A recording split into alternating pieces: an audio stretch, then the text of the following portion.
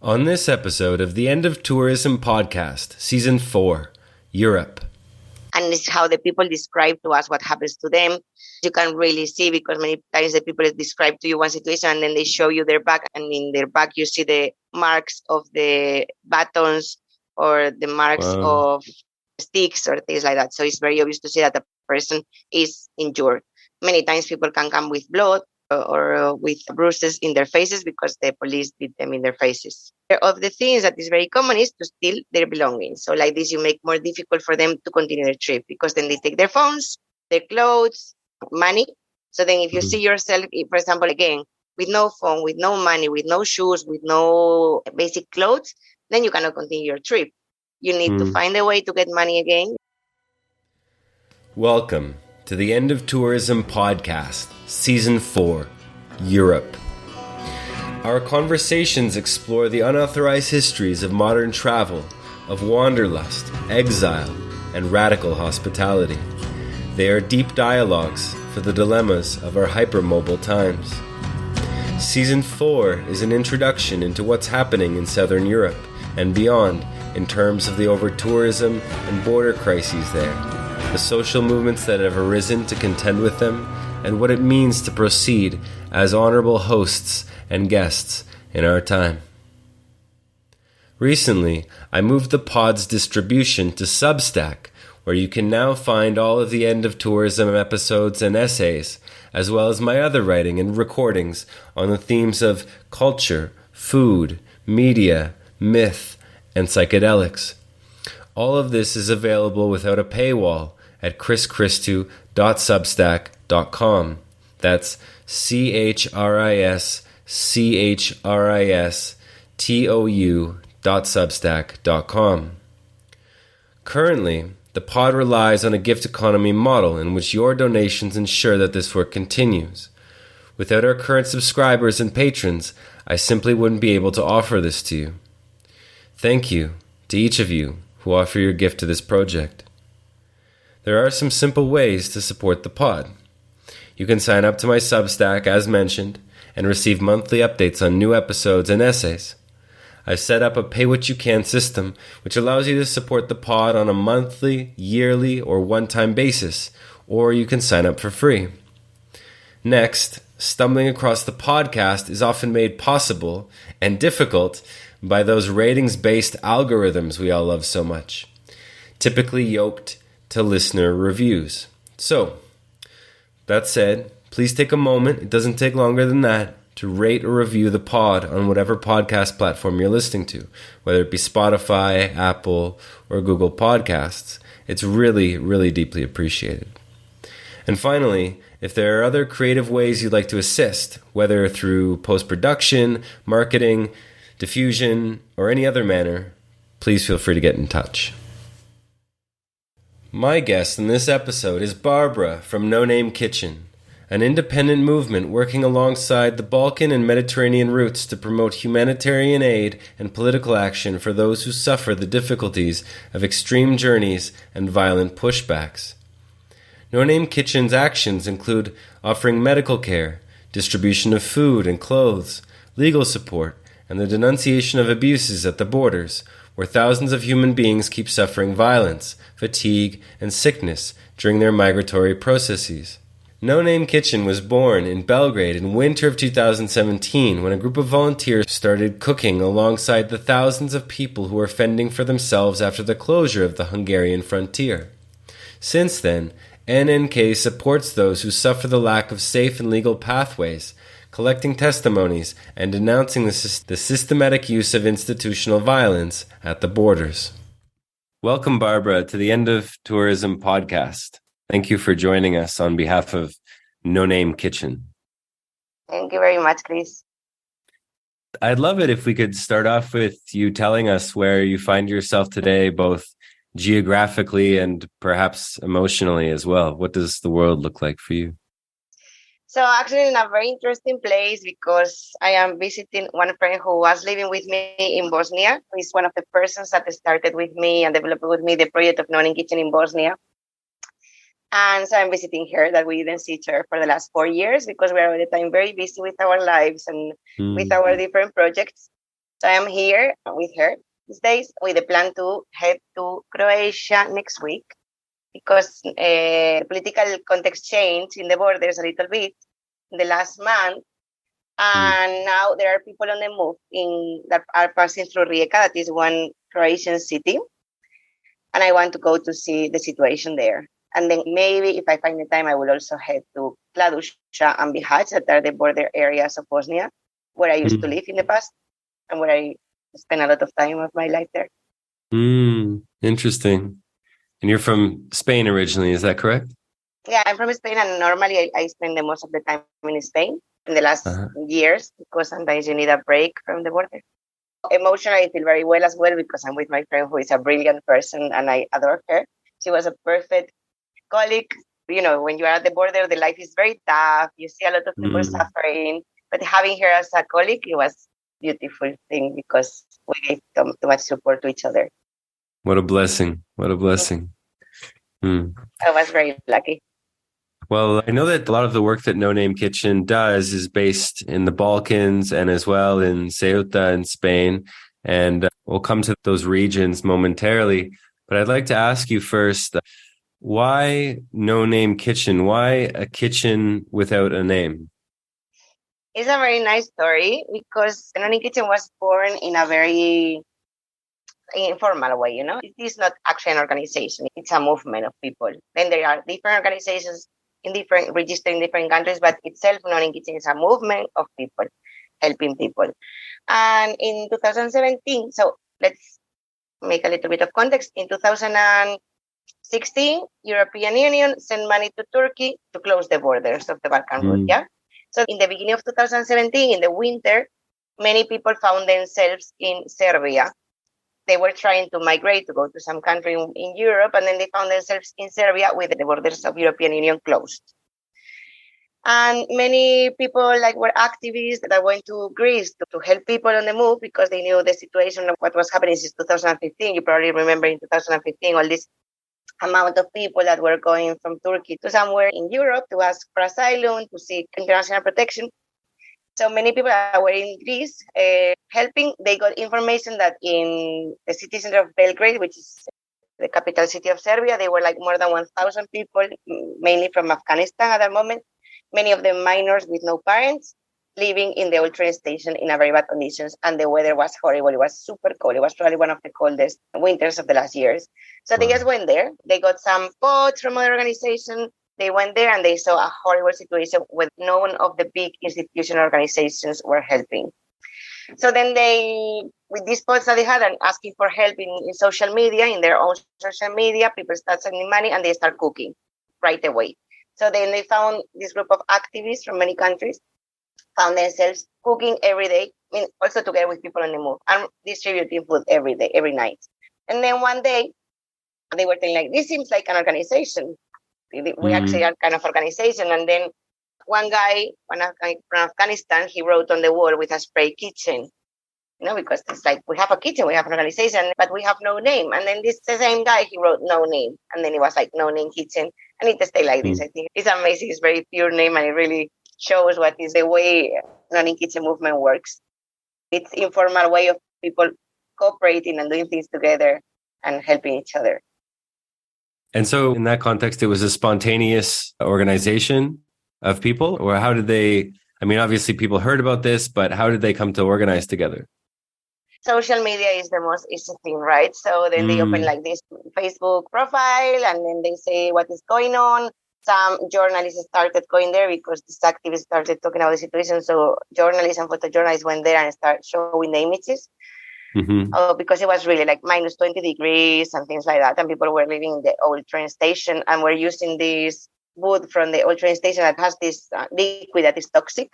So it was pretty awful. And also at the same time, the activists start hearing all these stories about the pushbacks, which is something that we keep denouncing since then. That is when people try to enter European Union, police will push them back to Serbia with violence, which is totally illegal.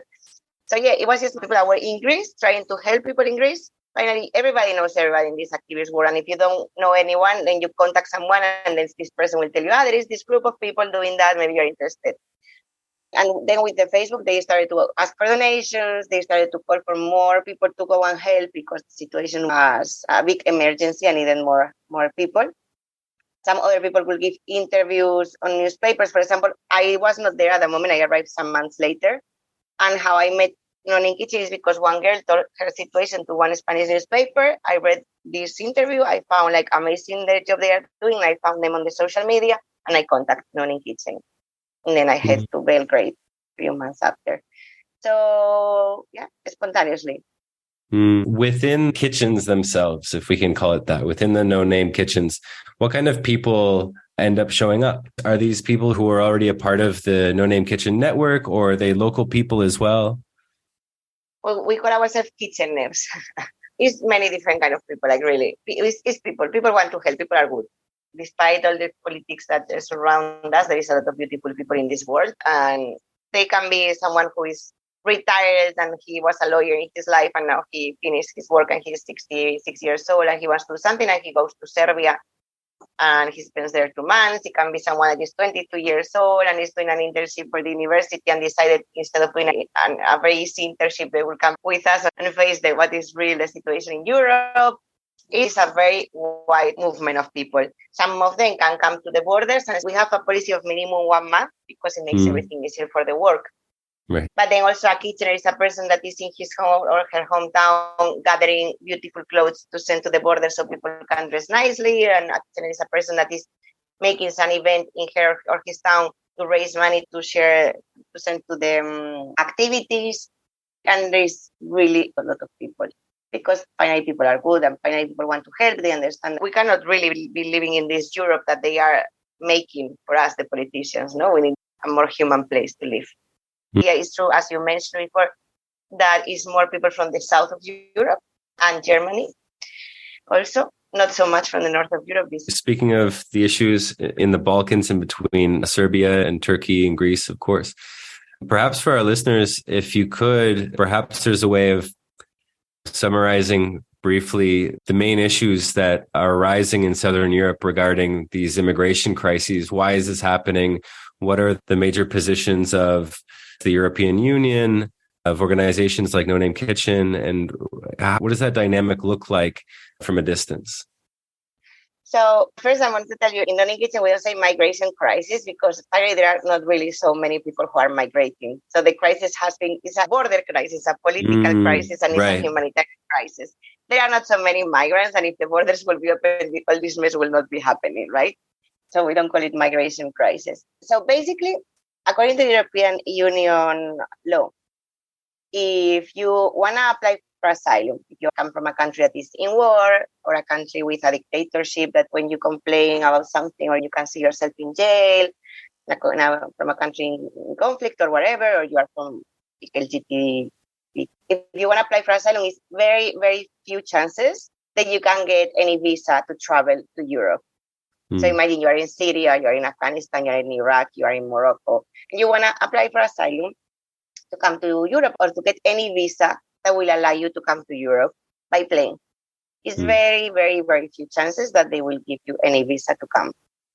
But the European Union law also says that if you are in the European Union soil and you apply for asylum and you apply for international protection, it's your right that the country where you are, it starts a procedure to see and to understand if you really need this protection, which is a long legal procedure and it takes a while, yeah? So that basically is one of the main reasons why people are seeing themselves crossing borders in irregular manners and seeing themselves risking their lives, as it just happened now from Libya, this shipwreck in Greece. So people were coming from Libya to Italy and now a lot of people has died and others are in centers in Greece now. So this is the main point why people will cross the borders in irregular manners. But then there is a problem, and it's like European Union is not following its own rules. So then when a person arrives, for example, let's say Greece, let's say Bulgaria, I say this because they are more in the south. Let's say Croatia or Hungary, countries that are border with other countries. The people arrive there, and then when they try to apply for asylum, the most common thing that can happen to them, and what we've been denouncing since the very beginning, because people were explaining to us, and we saw it was something very systematically, and it's something that is happening on a daily basis, is that police take them back to this other country, which means a pushback, is called a pushback. And many times these pushbacks, which are illegal according to the European Union law, come with a lot of violence. Many times the police will steal the things from the people on the move. Many times they take, for example, their shoes when it's winter, and then people need to walk in the snow in the winter without shoes until they arrive to a safe place. So this is basically why people are crossing borders on these ways. Then another question that is very common: why a person will not stay, for example, in Bosnia, will not stay in Serbia or in North Macedonia, which are safe countries, which are very nice countries, yeah? So the problem is that if you look to the numbers, there are very few people that get asylum there. So there is people that try to, because like, okay, I'm in a safe place. There is no war here and it's a beautiful place.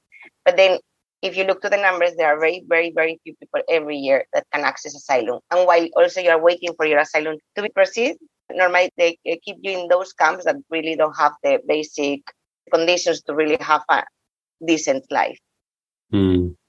I say camps, I mean these refugee camps or transit camps, depends how they call them in each country. Wow. Thank you.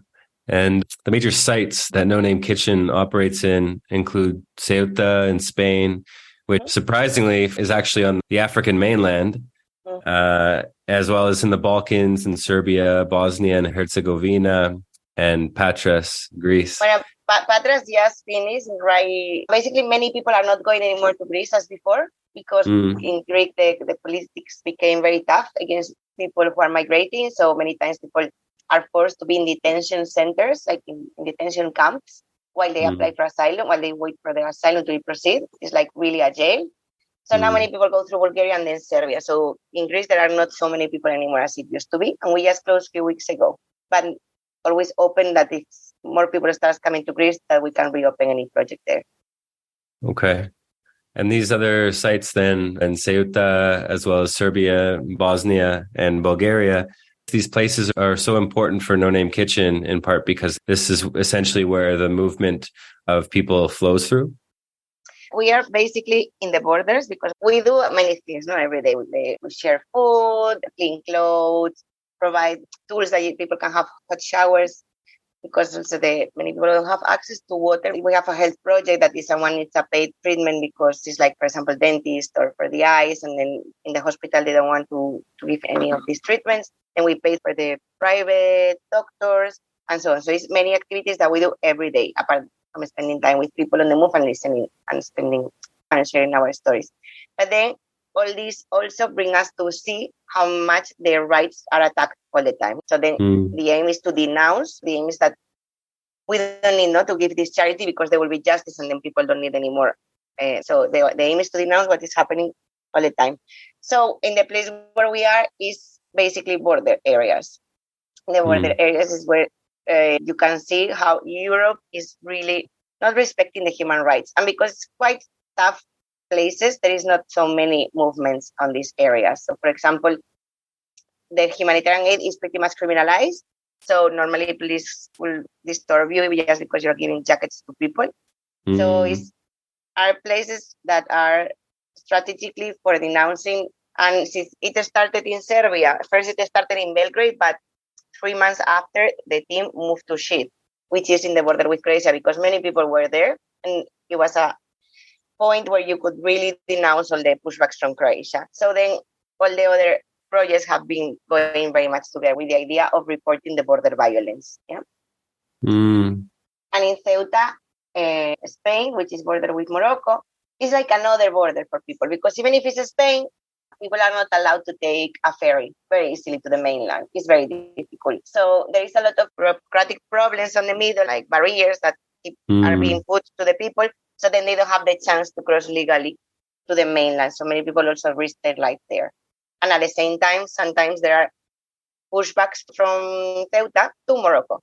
We've been denounced pushbacks of minors, and actually together with other organizations from Spain, and actually the former delegate of the government got investigated for that, and they are under, I don't know how you say in English, like investigadas. Investigations. Yeah. So basically, border areas are very much important for what we want to denounce. And now we're starting operating in Ventimiglia, Italy, which Ah, even if it is inside of Italy, is very near France. And we visited the place there, and then we saw how there are also pushbacks from France. So this is okay. another place that it could be interesting to denounce, because many times people would think like, but this is happening there in Croatia and Serbia, like Serbia is not European Union. So people sometimes think that when we are talking about the pushbacks and all this violence, like very far from us, and it's difficult to make people understand that it's actually with the money that comes from the European Union. That means that if you are from the European Union or you are working here and paying taxes here, your taxes are used to pay to torture people, basically, no? So it's Wow. also nice to be inside of Europe to show how this violence is systematic in the different borders. Right. And in the context of these pushbacks, I imagine they're happening in all different contexts and circumstances. Could you give us a little bit of an idea of what that looks like? I mean, I imagine a few different things. I imagine that people are in detention centers, people are in refugee camps. I imagine that in some instances, people are simply on the street, and then perhaps in others trying to get a meal. I mean, we don't see the pushbacks. Pushbacks are hidden. And also, we are at the other side of the borders. We only can meet people after they got pushback. Yeah. Okay. So, for example, you're in Serbia and this person tells you, like, I have been pushed back from Hungary. But we are not in the border, you cannot be at the border. We are in different towns near the border areas. Okay. So a pushback is like a person tries to cross the border in different ways. For example, walking in the forest hiddenly. It's very common. So this is the stories that people tell to us. And then at some points, police see them maybe in Hungary or maybe in Bulgaria or maybe in Croatia. Those are all European Union countries. And then either the police, or it can be also neighbors that they believe they are patriots, they will call the police.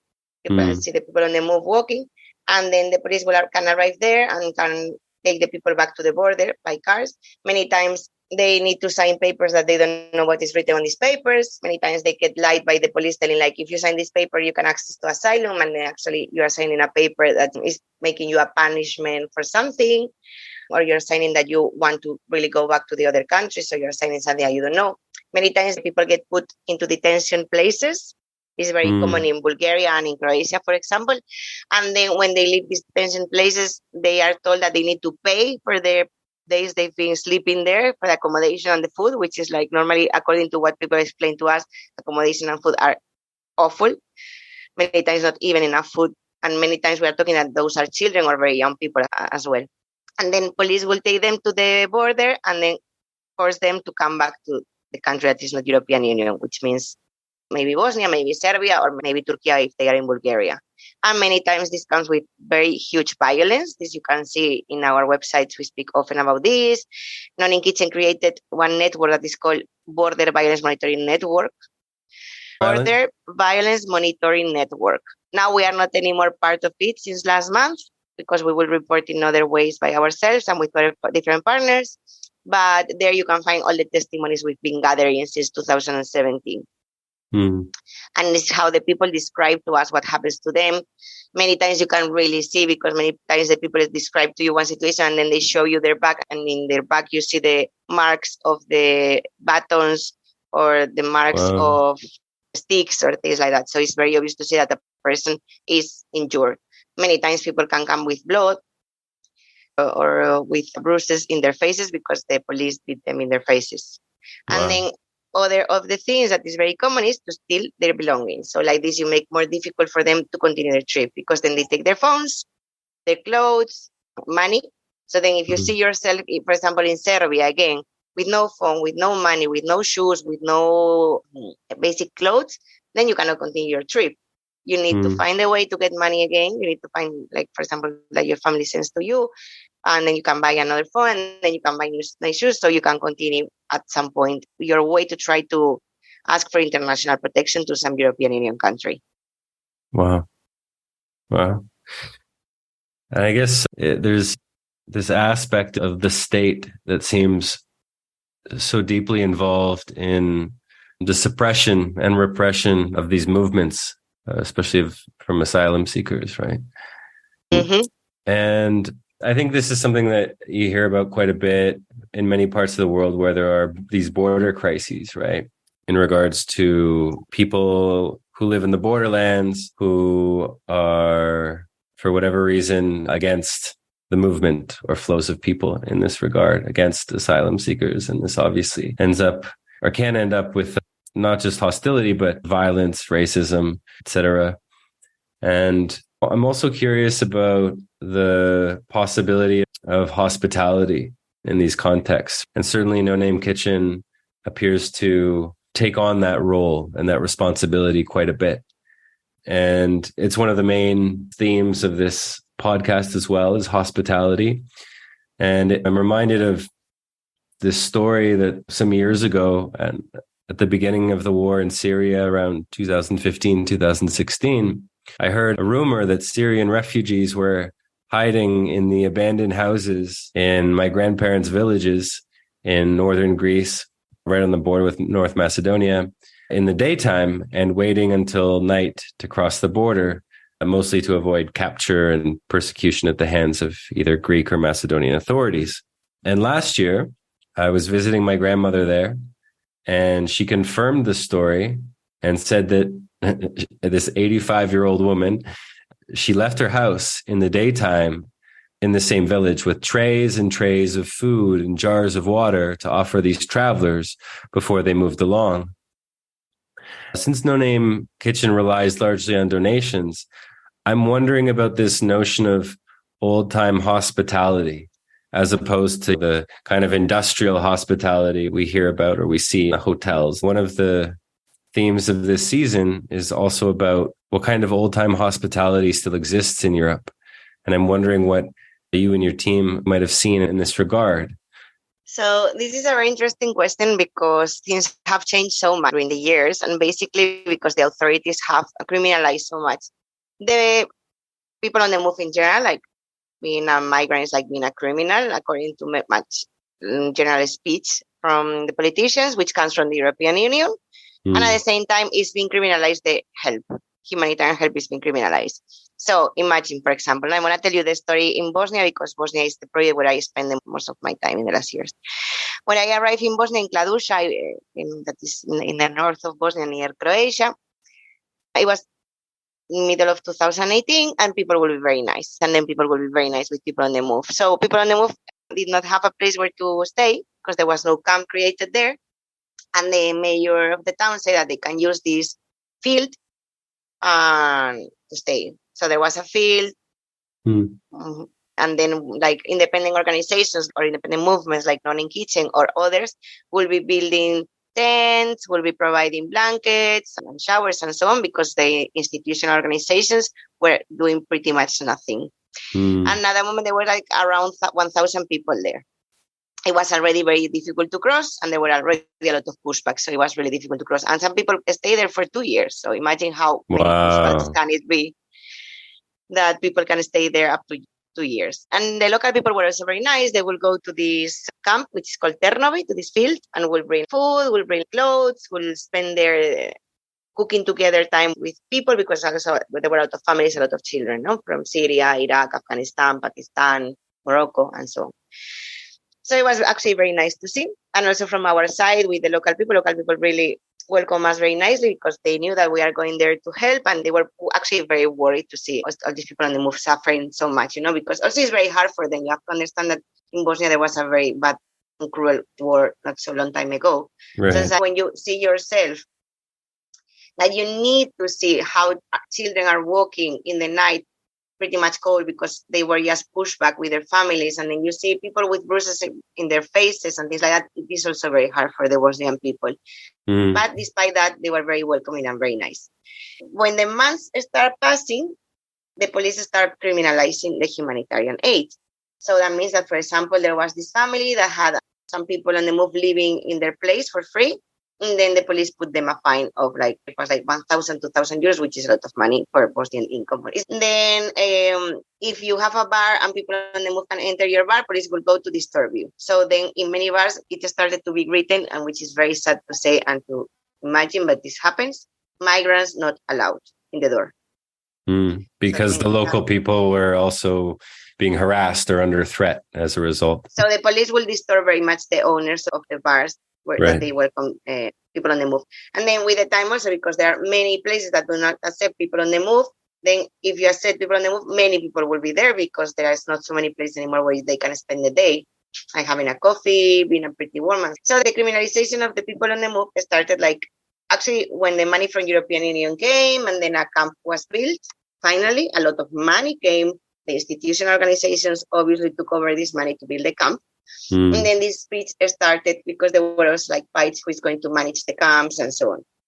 Then, for example, as it happens everywhere, because this is not exclusively in Kladusha, as it happens everywhere, whenever there are any elections, migrants are used for getting votes, no? So, for example, in 2020, after the lockdown, which was already a very hard period, there were elections in the north of Bosnia, and then the politicians used the migrants for their speech, and a lot of hate speech was spread. So, and even was local people will organize themselves to go and beat migrants. So it changed from being super nice to the thought that these people are actually not good. European Union keeps expulsing these people. European Union authorities send a lot of money to the borders to keep these people out of the European Union. So something might be wrong with them. European Union feels with the right to beat these people in their faces, to push them back, and also with violence. So maybe these people are not so worthy. So it's like how all these actions that come from all these European Union countries are dehumanizing people in a very bad way. Also, people will complain because the people are not clean. And of course, they are not clean because the authorities cut the access to water. So the main access to water, so you can have a proper shower, were cut for a while, things like that. So it changed very much from the moment that everybody was super welcoming to the opposite. And this is very much related with the speech that EU sends to the people who are trying to seek asylum. So you think that this change in the way that people perceive these people on the move and the flows of people, it comes from the top down, that it's a diffusion of EU-based, state-based language that then gets diffused as it rolls down the pyramid, as it makes its way into social media, for example? Yeah, sure. The thing is that the main authority, the main one, is sending millions of euros. And they say always, you can listen to Ursula von der Leyen, for example, who is the president of the European Commission. She will say, we are sending money to fight mafias of human trafficking. We are sending money to reinforce the borders, to protect our borders. If you need to protect our borders, it's because someone wants to attack the borders, right? If you are getting this word protection, right. We're protecting from a 6-year-old child from Syria. We are protecting from this, actually. So, but when you are using this speech, you're making the people understand that we need to get protected from them. So that means these people are dangerous, right? And you're telling this. You're sending millions of euros every year to protect the borders and to fight against human trafficking mafias. This is what they say. It's not me. So, of course, a person who is sitting on her house and knows that that in her town there is 800 people, for example, walking, that she doesn't know, she will believe these people are dangerous, because this is what this woman who has a lot of authority is telling in the television openly. Right. I had an interview with Fiore Longo, who's a representative of Survival International, one of the oldest NGOs in Europe and the world. And in that interview, she spoke at length about how the major NGOs in the conservation world, World Wildlife Fund, African Parks, and the rest of them, were essentially collaborating with state governments in Africa in order to push indigenous people off their traditional lands in order to create national parks or national reserves or ecotourism organizations or companies. And I'm curious, within the context of the border crises in Europe, how No Name Kitchen sees these much larger NGOs, the ones that imagine getting money from governments and also helping to change a government policy. We, as No Name Kitchen movement, do not get any money from the European Union nor from governments. Why? Because if you, as European Commission, are sending these millions of euros to protect borders, how they say, close the borders, while you are allowing the pushbacks, because the pushbacks are being denounced. We brought this information to the European Parliament. It's there. It's not a secret. Everybody knows this is happening. So if you as a European Commission are sending all these big amounts of money, but then this European Commission is sending also lots of money to these people that are rejected and that are abused at the borders to create camps for them. Yeah? You can imagine how much this European Commission cares these people and how much nice might be these camps. Those camps are catastrophic, are horrible, and many people have a lot of scabies, many people have diseases from bed bugs, and come to us actually to ask for cure because they're ignored. So the big institutional organizations, and I'm not going to say names because I'm talking on behalf of Non in Kitchen, many times inside of these camps and are getting money to manage these camps, which many times are like tents. And sometimes there is no bed sheets at all. It's just this old dirty mattress, what people can find when they enter in the camp. And so you are getting these huge millions of money from the European Union, and then you are keeping quiet about the abuses at the borders. What is this? Everybody can know which organizations they are because actually the information is there. But normally they have these big advertisements showing people. Also, this is something that makes me very angry because, as I tell you, they are people. They are in different circumstances that we are right now. They are same like you, and they were in their country living a normal life until something happened. But they don't like to see themselves in this situation. Imagine that you are like now, and then a war starts there, and then you need to see yourself asking for shoes, asking for food. This is catastrophe. This is very complicated. This is really difficult for them. But then they get these advertisements on the TV showing people like, hi, these poor refugees, they need our help. Look, these poor children, how much they need our help. Which also you are kind of dehumanizing them a little bit, no? Because you are showing them as these poor people that they don't know how to do the things by themselves, when actually people on the move, in general, they are the bravest people I have ever met. Because really, this journey is something that you really, really need to be a brave person, because the most of the people will not do the journey. They stay in a calm area closer to their countries. And then they show them like these poor people, like if they would really not have power to change their situation, and it's never like this. But then they make these advertisements. Obviously, they not only get money from the European Union, but also from donors that with all their good intention want to support these poor people in the refugee camps. For example, Greece put this rule in 2020. This refugee camp, it was a detention center, but really like a jail of maximum security. Like you really cannot leave this place. So if there is this government making these rules that are against the human rights, keeping people into detention center just because you're applying for asylum, your asylum procedure is being analyzed, why you as an institutional organization that are supposed to work for the human rights are supporting this? And are supporting these decisions from the government. And then the government will say, okay, now this kind of organization cannot be anymore in the camps. Then you don't denounce this publicly. You keep quiet about the situation inside of the camps. So are we really here for the people's rights, or you're here because of your money? Wow. And I'm curious about this notion of open borders in the context of tourism as well, right? Because tourism operates largely on this notion of open borders. Those who can fly, those who can travel, those who have the right passports can go wherever they want. Although you have to go through customs, you have to go through security when you go to a new country, of course. And usually there's limits on how long you can stay and things like that.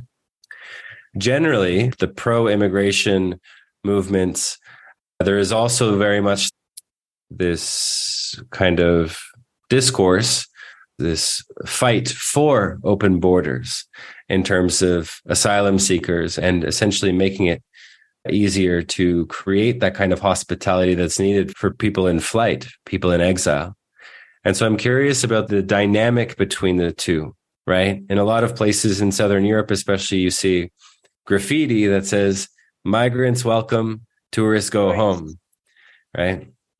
And so I'm curious what you think of these two major avenues or channels of movement in the world between tourism and then the movement of people in flight or in exile. Yeah, actually, tourism is seen as a very positive thing. And then we already know that actually tourism doesn't necessarily need to be positive. It can make very expensive your city. If we talk about some countries in the world, it can bring you some pedophiles to misuse and abuse children. You know, like tourism can bring many good things, many bad things, like everything in life, no? Right. We always say that we don't cross borders. Borders just cross us and separate us. So in Spain, for example, I say Spain because it's my country and we also have a project there to listen like, because we need more children because, like birth rate is pretty low. And it's true that we are not having so many children anymore.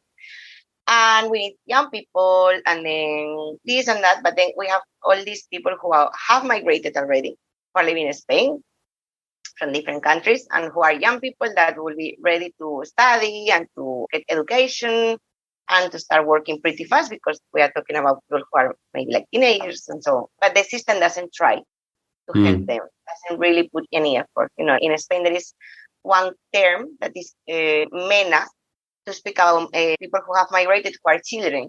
So normally the fast is called the MENA just to dehumanize one person because you are using just these letters. MENA means like minor extranjero, foreigner, non-accompanied. Okay. So you're using just this term, look out children, So it's a way of criminalizing them, and at the same time, there are not proper initiatives to integrate these people to the system, for example. But then at the same time, we have a lot of tourism, and now we have this digital nomad visa. So look, in order you get the digital nomad visa, you need to have a pretty high income, yeah? Right. So that means that actually these people come to my town and then they will have a lot of money, but yeah, they can make very expensive your city. I don't know if you've seen, both in Lisbon and in Medellin, there is already protest against digital nomads because they are making everything very expensive. And also in Medellin, it seems that a lot of the prostitution raised. So rich people are abusing people who are poor, like women, of course, who are poor. And it raises the prostitution, according to what I read and what I report, because I also write about these kind of things with colleagues that I interview. So, yeah, I don't know, like, for example, it's not open borders. Last year, we were always telling that if we will allow the people who are in the Balkans to enter European Union and to ask for asylum, and also we are asking also to Europe to respect their own law. We are not asking for something very big. We are telling them to respect your own law and your own international agreements and respect the human rights, which is basic. We always told, like, if these people who are in the Balkans, who are not so much, really not so much, would enter, there will not be crisis anymore. All this shit will not be happening. And last year, we could see when Ukrainian war started, and suddenly millions of people could arrive into European Union countries and could a house very fast, the children could go to study in short time, they could get integrated into the system in very few time. So this means that we are being racist, because why we can host, I don't know how many millions of people born in Ukraine and escaping the war in Ukraine, and we cannot host some 1,000 people who come from Syria, Iraq, or Afghanistan. This is racism, basically. Because in the Balkans, you find families who are 3 years in the Balkans, who have children 3 years without going to school. People who are getting themselves poor. People when they left, it's not so easy to do this trip. It's very expensive. It's very hard. They had a business, for example, in Afghanistan, and then they got threatened by the Taliban, or the one that the children are taken by the Taliban to fight, whatever. And then they say, okay, let's sell our business, let's sell our house, our lands, take all this money, and let's go to search for a better future for our family. Then they see themselves 3 years that the children don't go to school, that they cannot work, that they spend all the money every day because there is no way to really find a job or to get any income. So finally, this is racism. All this difference between a person who comes from Ukraine and a person that is coming from Syria. In regards to the relationships that are built between the kitcheneers of No Name Kitchen and the asylum seekers, do any of those friendships end up developing once those people have found a place to settle, a place to stay? Yeah, of course. It's true that now it's not so easy to spend time together because the police is really much disturbing you because you're giving a jacket to someone. So it doesn't allow you to spend so much time anymore together. But in general, what we promote in Non Kitchen and what is very important for us is that we are really together, because we are people. All of us, we are people, just in different circumstances. We are actually all of us migrants. Well, some of them are local people as well that are supporting us because many local people also support our activities. Maybe not always so active because it's very tired to be every day in your own hometown doing these things and facing all these challenges. For us, it's very important to create networks of trust and mutual understanding. So it's not only you are helping someone. No. It is not about this. It's about you are there, you are learning with a person, we are spending time with a person. It's amazing for me. Being volunteer in a kitchen is amazing because you can learn so much. You can meet so much amazing people. And I told you that I'm here with a colleague that she was with me in Bosnia, and then next week some friends who live in different European countries are going to come to visit us. One is originally from Syria, the other is originally from Pakistan. They are going to come here to visit because now they are already have made their lives. One is living in France, the other is living in the Netherlands. They have the papers, everything, so now they can travel freely around European Union. So this is very, very, very important for us. And actually, these networks are very valuable because maybe some person arrives later to some country, and then this person has already friends in this country. Right. And in some instances, some of the people do end up returning, or maybe not returning is the right word, but reuniting with a No Name Kitchen and other places to help perhaps serve those on the move for a time. Like taking papers in Europe, it takes very long, so it's not so easy. And we started only in 2017. So many of the people that we know, they are still on the way to get papers. It's a really long process, no? But for example, there is this friend of me who is from Iran, and I met him in Kladusha in Bosnia. And now he's living in France. And the other day he wrote me, he was with two colleagues of me, that he also met them in Bosnia, and he was visiting them and the newborn baby they have in. And he would really like to come to volunteer with No Name Kitchen because now he has documents and he could. But at the same time, because of the working conditions, finally, in this racist work, sometimes cannot be the same for everybody. So he doesn't have the chance to just get one whole month to come. But at some point, yeah, he's thinking about coming. It can be difficult because then I tell you that police sometimes are chasing people who are not white. So sometimes it can be difficult at the same time. But yeah, the idea is like many of our friends now at some point will start getting documents. So this is a network of people with people and for people. Amazing.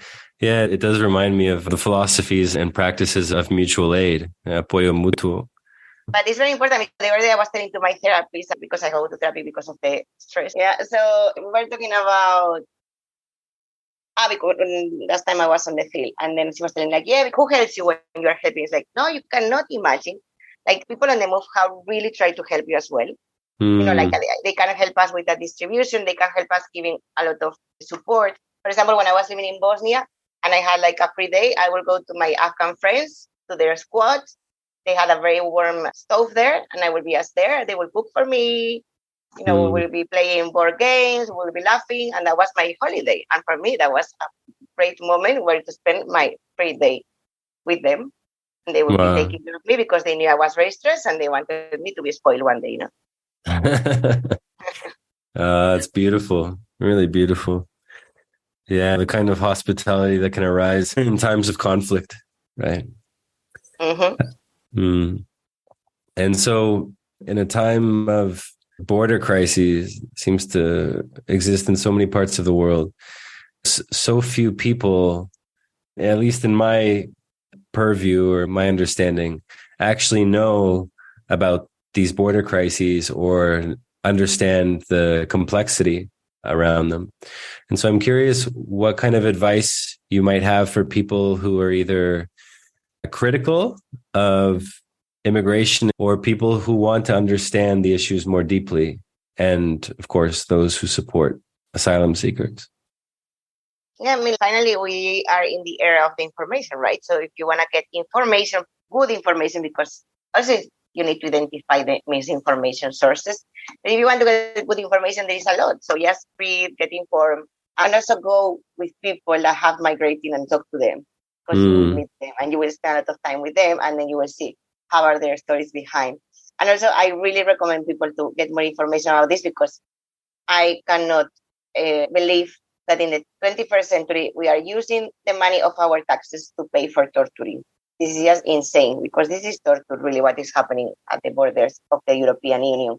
And I guess many people in European Union countries do not want their taxes to be spent like this, but at the same time, they don't get informed about this.